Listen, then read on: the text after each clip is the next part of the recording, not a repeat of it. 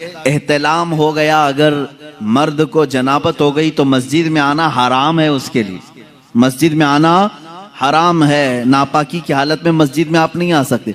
बगैर वजू के आ सकते हैं, लेकिन जनाबत की हालत अगर है मस्जिद में कदम भी रखोगे हराम है। हुजूर पाक सल्लल्लाहु ताला अलैहि वसल्लम मस्जिद नबवी में थे। आपके घर से मुत्तसिल लगा हुआ सैयदा फातिमा ज़हरा रज़ियल्लाहु ताला अन्हा का घर था। मौला अली करमल्लाहु वजहुल करीम शौहर फातिमा हैं, रसूल करीम सल्लल्लाहु अलैहि वसल्लम के दामाद हैं।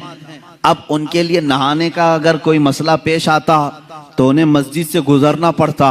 हुजूर पाक सल्लल्लाहु अलैहि वसल्लम ने फरमाया, जनाबत के हालत में सिर्फ अली के लिए मस्जिद में आना हलाल है, बाकी किसी के लिए नहीं। सिर्फ मौला अली करमल्लाहु वजहुल करीम के लिए हलाल करार दिया गया कि अगर इस हालत में ये मस्जिद में आए तो इनके लिए हलाल है।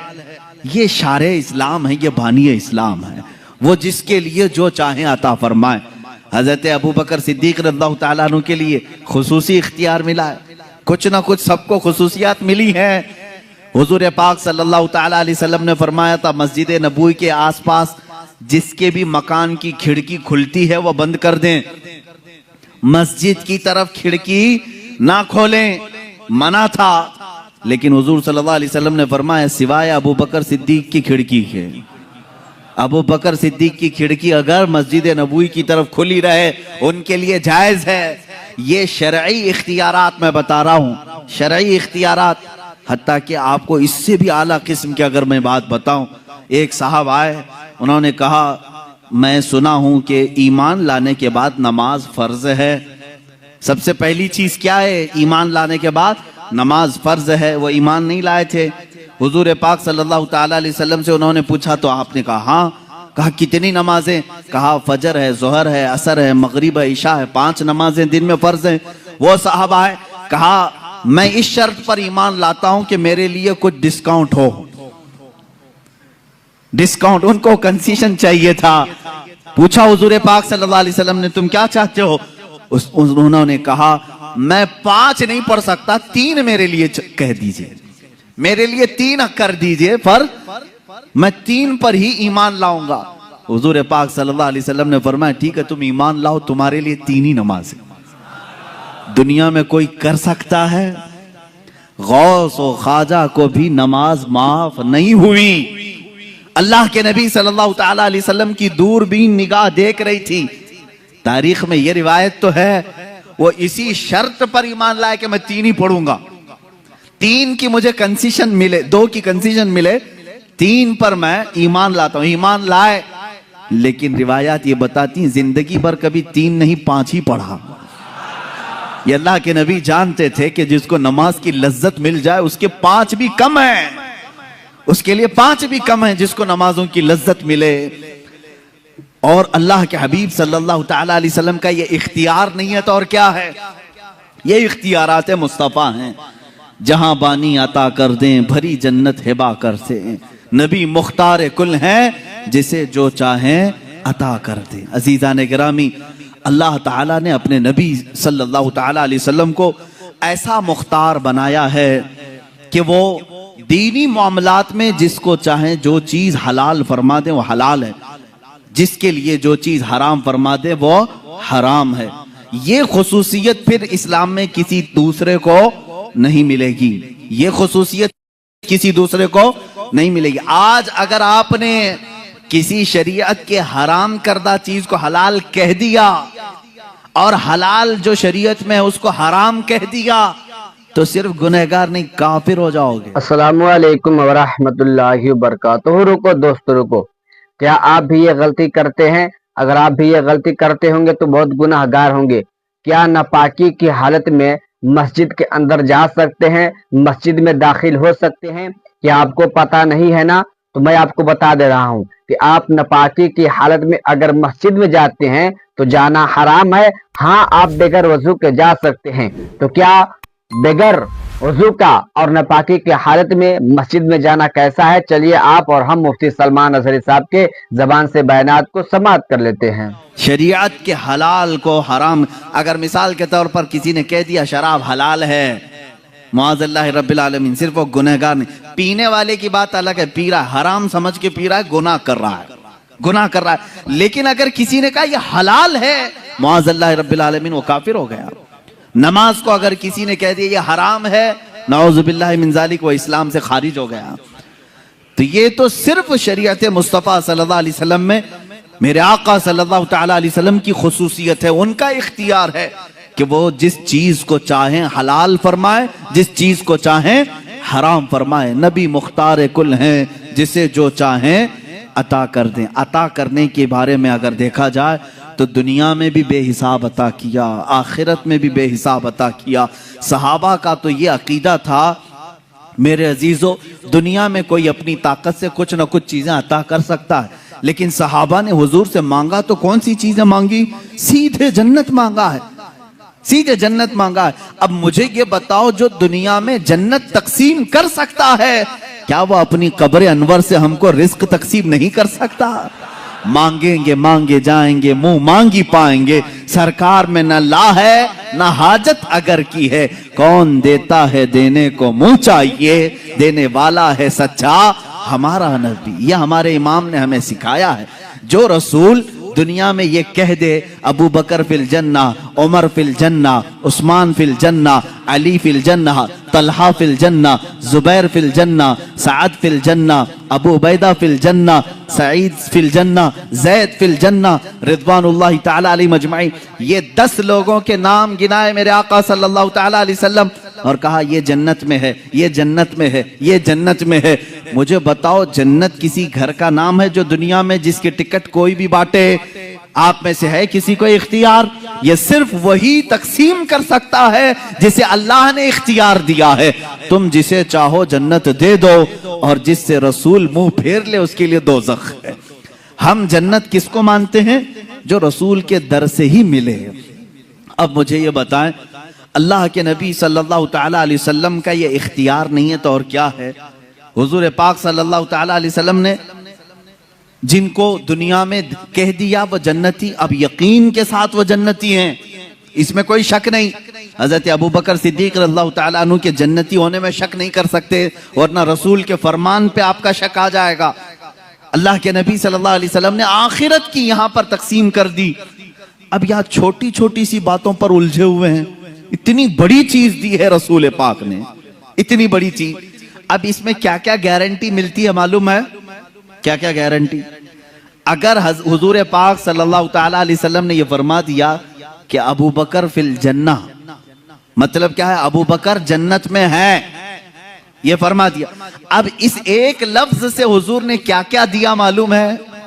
सबसे पहली चीज इस बात की गारंटी दे दी कि इनका खात्मा ईमान पर होगा, बगैर इसके तो जन्नत नहीं है, ये गारंटी मिली। और दूसरी चीज हुजूर पाक सल्लल्लाहु ताला अलैहि वसल्लम ने फरमा दिया अबू बकर फिल जन्ना, जन्नत में है।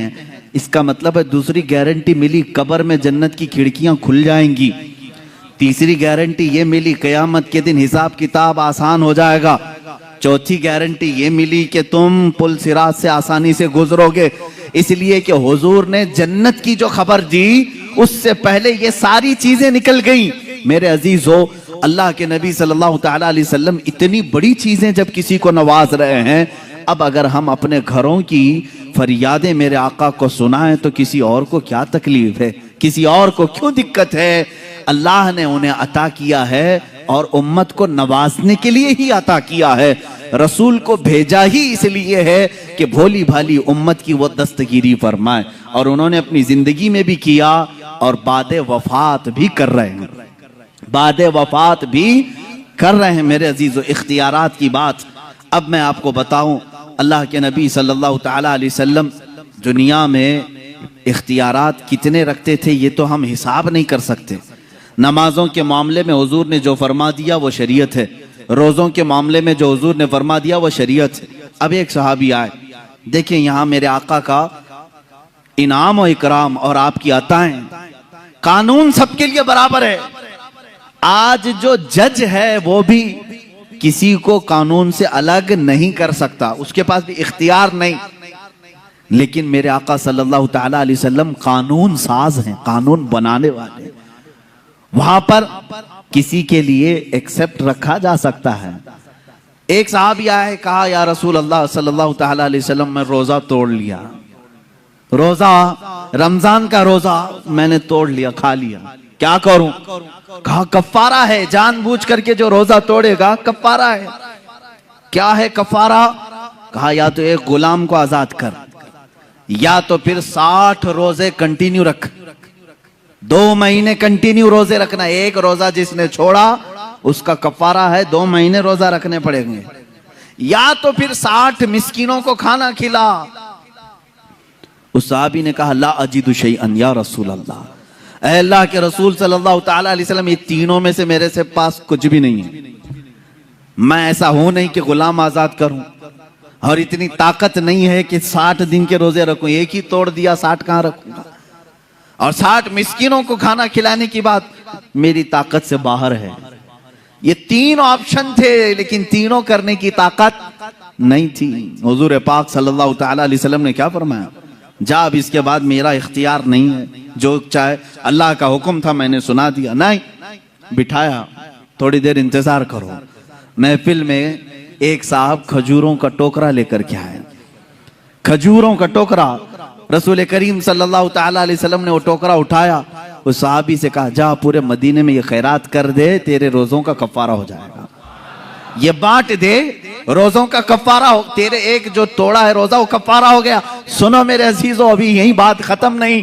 वो साहबी खजूर का टोकरा लेते हैं और कहते हैं या रसूल अल्लाह, पूरे मदीने में मुझसे ज्यादा गरीब कोई है ही नहीं, कोई नहीं है, किसको तकसीम करूं, किसको खिलाऊं? अल्लाह के नबी सल्लल्लाहु अलैहि वसल्लम ने फरमाया तू खुद खा ले, कफारा अदा हो जाएगा।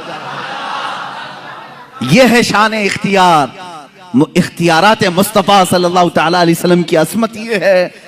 इसीलिए हमारे मुर्शिद ने फरमाया जहां बानी अता कर दें, भरी जन्नत हिबा कर दें, नबी मुख्तार कुल हैं जिसे जो चाहे अता कर दें, नबी मुख्तार कुल हैं जिसे जो चाहे अता कर दें। मेरे अजीजों, ये दुनियावी शान है, आखिरत का मामला तो ये है अल्लाह के हबीब सल्लल्लाहु ताला अलैहि वसल्लम को उस दिन भी इख्तियार दिया जाएगा, रसूल जिसे छू ले वो जन्नत में चला जाए।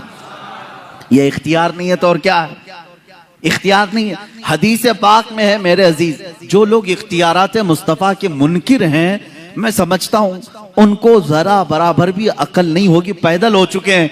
क्योंकि हदीसों में यहां तक पढ़ लिया कि एक आलिम भी शफात करेगा क़यामत के दिन, हाफिज भी, एक हाजी भी शफात करेगा, उसको शफात की इजाजत दी जाएगी।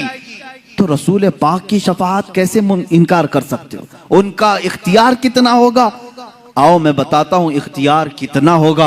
अल्लाह अल्लाह, मेरे आका सल्लल्लाहु ताला अलैहि वसल्लम फरमाते हैं क़यामत के दिन एक साहबी ने पूछा या रसूल अल्लाह, मैं आपको कहाँ ढूंढूं, मैं कहाँ ढूंढूं? पूरे महशर के मैदान 3 एड्रेस हुजूर ने बताए, 3 पते बताए। अल्लाह के नबी सल्लल्लाहु अलैहि वसल्लम ने फरमाया या तो तुम मुझे हौज़े कौसर पे देखोगे, मैं प्यासे उम्मतियों को पानी पिला रहा हूँगा, या तो तुम मुझे मीज़ान अमल के पास देखोगे जहां तराजू पर आमाल तोले जा रहे होंगे, या तो फिर मुझे तुम पुल सिरात पर देखोगे जहां कोई गिर रहा होगा मैं संभाल रहा हूँगा। ये 3 जगह तुम मुझे ढूंढ लेना, मैं मिल जाऊंगा। जी हाँ मेरे प्यारे अजीज दोस्तों, भाइयों और बहनों, जैसा कि आपने अभी मुफ्ती सलमान अजहरी साहब के बयानात को समाप्त कर लिए कि क्या नापाकी की हालत में मस्जिद में जाना जायज है या हराम है, जैसा कि आपने समाप्त कर लिया। तो नापाकी की हालत में अगर आप जाते हैं तो जाना सख्त हराम है। नापाकी की हालत में आप मस्जिद में नहीं जा सकते हैं। हाँ, आप बगैर वजू के मस्जिद में जा सकते हैं, ये हुक्म है। तो नापाकी की हालत में कौन जा सकता है? सिर्फ कोई एक जा सकता है, जैसा कि आपने मुफ्ती सलमान अजहरी साहब के जबान से बयानात को समाप्त कर लिए। एक शख्स ने नबी करीम सल्लल्लाहु अलैहि वसल्लम से इरशाद फरमाया, और आपको तो पता ही है कि जब नमाज जिस पे फर्ज हो जाती है सबसे पहले उसके ईमान लाना होता है। जैसे ईमान ला लेता है उसके ऊपर नमाज फर्ज हो जाती है। तो एक शख्स ने नबी करीम सल्लल्लाहु अलैहि वसल्लम से इरशाद फरमाया कि दिन में कितने वक्त की नमाज फर्ज है? नबी करीम सल्लल्लाहु अलैहि वसल्लम ने इरशाद फरमाया कि दिन में 5 वक्त की नमाज फर्ज है। तो कहे कि मेरे से इतना नहीं होने पाएगा, आप मेरे लिए कुछ कम कर दीजिए। तो बोले कि ठीक है, तुम्हारे लिए कम कर दे रहा हूँ। तो बोले कि मेरे लिए 3 वक्त का नमाज फर्ज कर दीजिए। तो नबी करीम सल्लल्लाहु अलैहि वसल्लम को तो मालूम था कि जिसको नमाज की लज़्ज़त लग जाए उसके लिए 5 वक्त की भी नमाज कम हो जाती है। तो मुझे तो इस वीडियो में कुछ बोलने की जरूरत नहीं है, जैसा कि आपने हमसे बड़े आलिम मुफ्ती सलमान अजहरी साहब के बयानात को समाप्त कर लिए। तो इस वीडियो को हर भाई तक शेयर कर दे। मैं आपका मेहजबान कारी तस्बीह आलम, अस्सलामु अलैकुम व रहमतुल्लाहि व बरकातुहू। मैं आपका हर मौके पे खिदमत करता हूँ। खुदा हाफिज।